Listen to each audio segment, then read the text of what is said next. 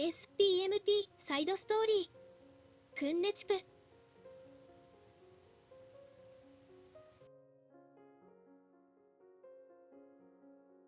Previous overview. Kunnecup headed to OtanupuKotan alone. So she procured a large amount of food, and while she was having the men of Kotan carry her luggage, she was told a somewhat surprising story by the man.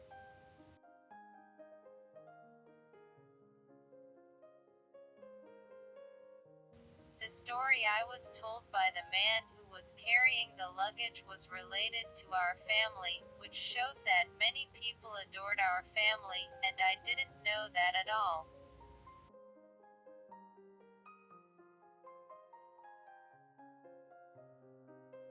The story of my sister's crossing of the mountain quickly spread to OtanupuKotan, and rumors spread that our family would eventually leave this area, and many people followed her.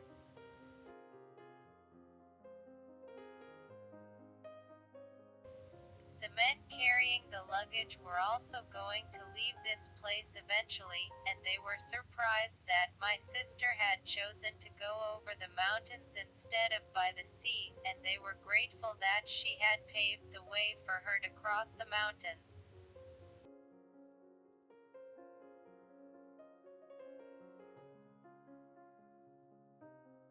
And what bothered me a little was the man's words, "She may be a messenger of God." The guy was laughing and joking, so I don't think he was serious. But what does it mean that my sister is a messenger of God? Is it that great to go over the mountains? I know it's scary to offend my sister, but their words seem to have a different meaning.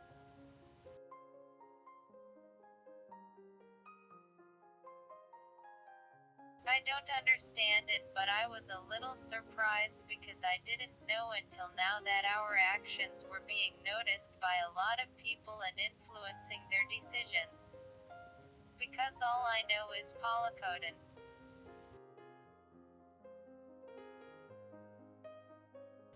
Maybe our family is more famous than I think.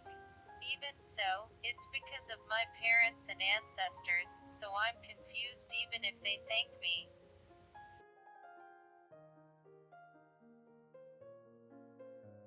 Later, when the men who carried our luggage arrived at our hideout, they warned me with a smile, "Watch out for bears," before returning to OtanupuKotan.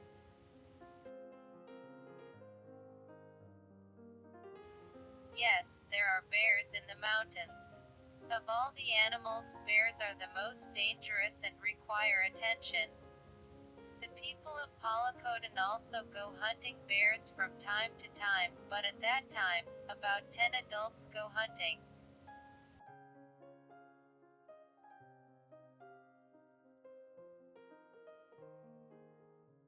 Even if adults hunt in large groups, there are occasional injuries. Even the strongest of the adults can get hurt, so if I, a woman, were attacked by a bear, I would not be alive.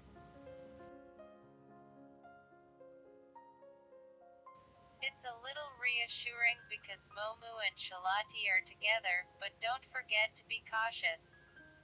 Later, as I was sorting out my belongings, remembering the time I found the bear, Momu and Shalati came back.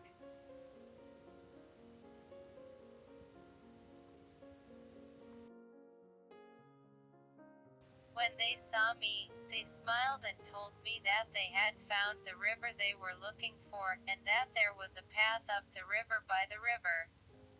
Maybe the path that the man from OtanupuKotan was talking about is the path they found.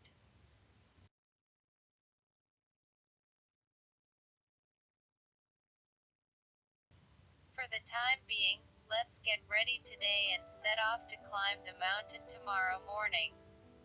We then sorted out our belongings, discussed what to do if we spotted a bear, and went to sleep.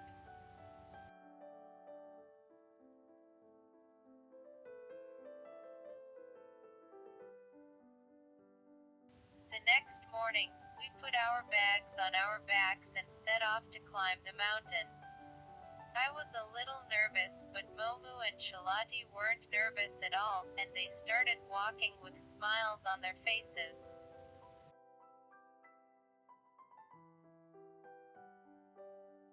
It was a little far to the river they found, but as they said, there was a path along the river, so I could go there without getting lost.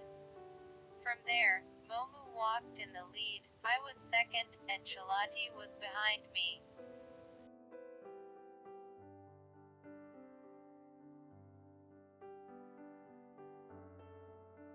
Momu looked around and walked at my pace.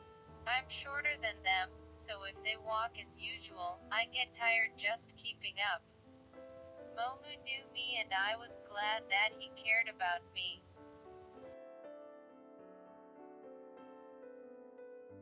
Also, it's a long way to go over the mountains, so I think it's better to go slowly. I'm also scared of bears. Apart from that, it was helpful that there was an easy path to walk.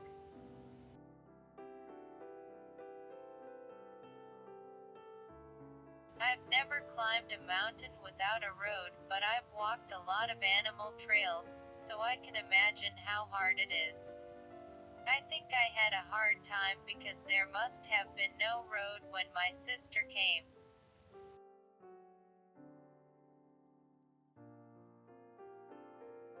As I walked and soaked in the memories of my sister, Momu, who was walking in the lead, called out to us that we had a home. Startled by Momu's voice, I looked in the direction he was pointing and saw several small houses ahead of me.